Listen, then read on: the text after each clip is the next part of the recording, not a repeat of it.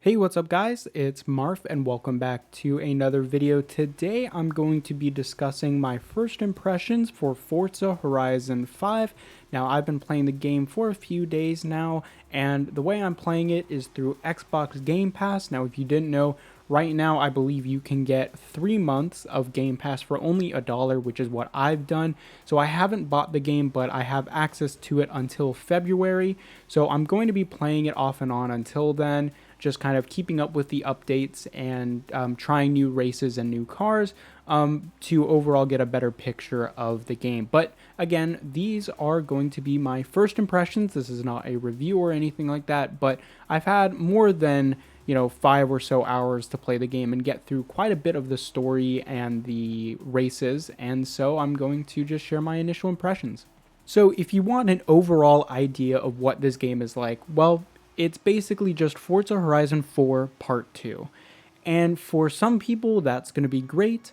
And for others, like myself, that's not so great. And frankly, that's just because I found Forza Horizon 4 to be a bit boring and kind of lifeless. And that sort of continues into 5. And so I'm going to sort of discuss a bit of those aspects, but overall, that's sort of my big takeaway is it's just kind of a continuation of Forza Horizon 4 for better and for worse. So firstly, let's talk about the new map. And it is a lot bigger than the previous map, obviously. This is set in Mexico, whereas 4 was set in the UK, I believe. And overall, I think they have done a really poor job of detailing this environment and making it fun and significant, because there is an issue in games that I see a lot where there is a cost where developers make something bigger or broader with the expense of making it less detailed and less significant. And that's what I think has happened with Forza Horizon 5. The map is huge, but there's a lot of just blank space throughout the entire map. It feels similarly to the Crew 2, except the Crew 2 has your cities here and there, which are very significant areas and recognizable areas that all feel pretty different from one another. But in terms of Forza Horizon 4, everything just sort of mushes together, and so you quickly lose sense of space at where you are, on what is near you, and everything blends together in terms of the environment. And there's just a lot of blank space where you're going to be traveling to different environments, just bouncing along the desert and just not really paying attention to much because there isn't really much to pay attention to. Now, it's not like this map is completely devoid of anything. Like, it's a AAA studio. They're going to be putting in things that are, of course, of areas of interest. There's the temples, the ruins, jungles, there's big mountains environments, there's sand dunes and beaches, which are all nice, but my problem is that while everything in this game is technically impressive, and I do want to mention that this is probably the best looking game I have ever played, technically, but in terms of artistically, it doesn't really do much for me. There is no emotional sentiment with a lot of the things going on here. And an example I like to give is the map from Need for Speed Hot Pursuit 2010, because that map, while significantly smaller than this map, has a lot of very significant landmark locations that feel very distinct and look very distinct from one another. You got this huge waterfall or a huge bridge, something that is in itself a singular item but takes up a large amount of space and is a very significant part of the map and makes it feel like a unique part. And those just don't really exist to a very large extent in Forza Horizon 5. Like I said, a lot of the environment just sort of mushes together. There's a lot of blank space, and a lot of the environmental details don't feel very significant from one another. They just look like the general descriptions of what you're looking at. And so if I want to say, oh, Forza Horizon 5 has a desert, you can just kind of imagine what a desert looks like, and that's going to be the desert in Forza Horizon 5. There isn't any significance to the uniqueness because there is no uniqueness in terms of how the environments are portrayed in Forza Horizon 5. Now, in terms of the gameplay, the way that the cars handle, the races, and all of that, well, like I said, it's Forza Horizon 4 Part 2, and so you're going to be seeing a lot of the same in terms of how the races play out, what the races are, how the tracks are designed. And in fact, I do want to say, from my time in Forza Horizon 4, going into Forza Horizon 5, the tracks feel identical. And I'm not going to obviously go into very much detail in terms of, oh, this, specific corner is exactly the same as it was in Forza Horizon 4. But a lot of the objects that you'll see on the track in terms of barriers look the same. The corners themselves look the same. I don't understand what their obsession with very small, narrow, 2-lane roads curving through very flat lands or very minor differences in the countryside are. It feels like they just cut and paste their whatever special algorithm that makes those tracks are into Forza Horizon 5 because the tracks just feel the exact same.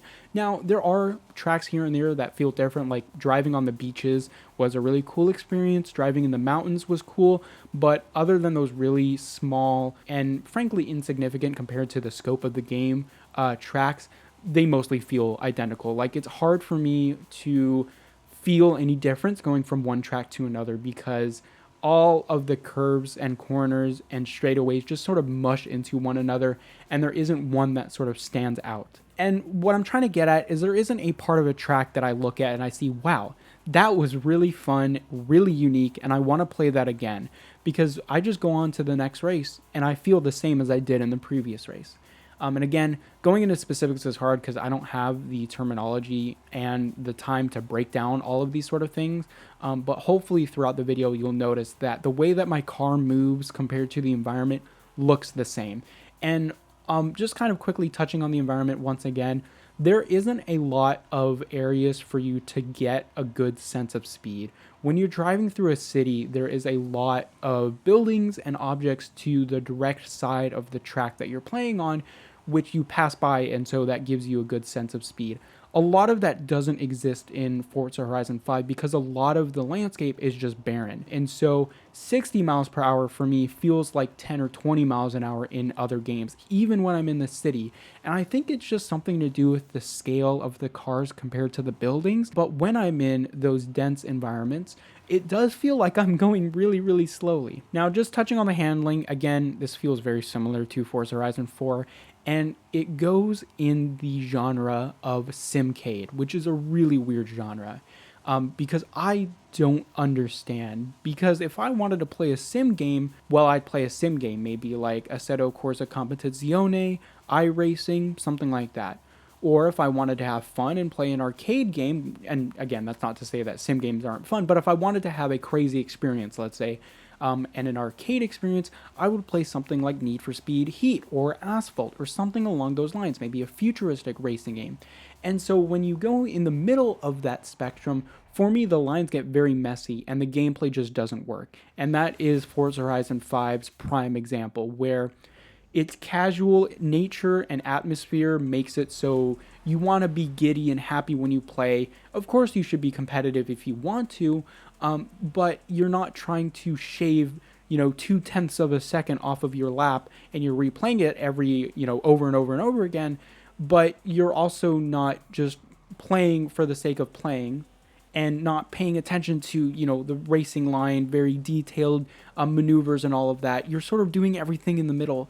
And for me, it just doesn't balance out. There's not a really good area in that because, I'll find myself having fun and enjoying the environment. And then because I'm not paying exact attention to the racing line because I messed up 1 second of braking, I'm now off the track and spinning out, and it's just really annoying. And if I'm not very detailed in my braking and accelerating and handling, well, then my car loses control, and I'm just very aggravated because I want to have a good time, not pay very detailed attention. So the simcade genre for me just doesn't work. And of course, Forza Horizon 5 is the epitome of that. And so I want to extend this to ask you guys, what do you find enjoyable in the simcade genre? Because again, for me, I just don't enjoy the actual gameplay of it. I don't understand trying to find that balance because I don't think it really exists between sim and arcade. But I'll leave off on that for now because again, I've only been playing for a couple days, and so I'm going to be playing more, and maybe there is a happy balance that I can find.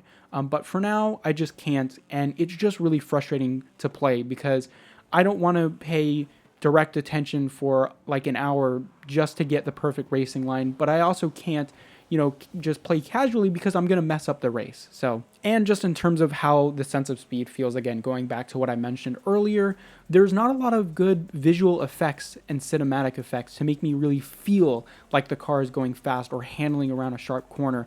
A lot of those sharper corners that I have to take at lower speeds feels like I'm driving around in a parking lot because the sense of speed is just really bad at lower speeds.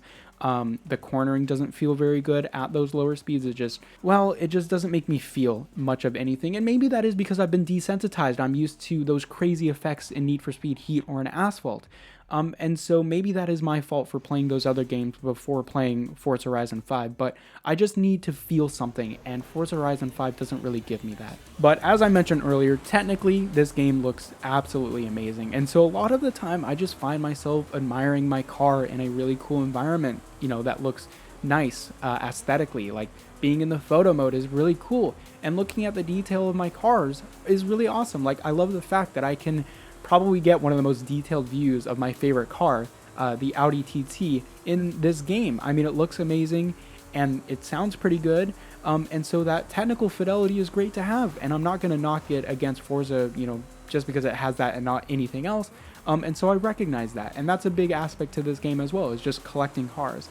And the progression just kind of just breaks it for me, in my opinion, because I like the progression of going from, the lower end street cars all the way working myself up to the very high end supercars. And with a wheel spin possibly giving me like a 918 Spider just off the bat, that kind of breaks it. There's no sense of progression sort of building up to those really fast cars, because within a couple hours, or not even that, within like 1 hour, I got an Audi TT and tuned it to, I think, S2 class, which is like super quick. So that progression was kind of broken for me because right from the start, I had one of the fastest cars. So it sort of feels bland and boring for me to go back and play in like a 350Z that's been untuned, because it just doesn't feel right. It doesn't feel fast. So overall, my initial impressions are, again, it's Forza Horizon 4 Part 2, for better and for worse. So graphics are great, and sometimes the atmosphere can be awesome when you're driving at night or at twilight, dusk. The game just looks amazing, and in free roam, it's nice to just drive around. Now, I don't really like the soundtrack in this game, if I'm being honest. I don't think the drum and bass works very well because it's just very bland drum and bass, and the other sounds or the other music tracks just don't work for a racing game, in my opinion. But this game looks great, and so going into photo mode and just having that sandbox to take cool photos is a nice thing. But in terms of the gameplay itself, I find it very similar to Forza Horizon 4, and to which I just find very boring. I don't find that it really excites me. It doesn't give me that punch of adrenaline that I really like in my racing games. And so I don't quite understand this game's popularity. But I will keep playing because, it's not like an awful experience or anything like that. I just feel like it doesn't do anything for me. But anyway, guys, let me know your thoughts on the SimCade genre and Forza Horizon 5 in the comment section down below. There will be more content probably from me for Forza Horizon 5, especially as I love to play with my Audi TT, and maybe if I do bigger review towards the later stages of this game's life. But again, let me know your thoughts in the comment section down below, and I will see you guys later.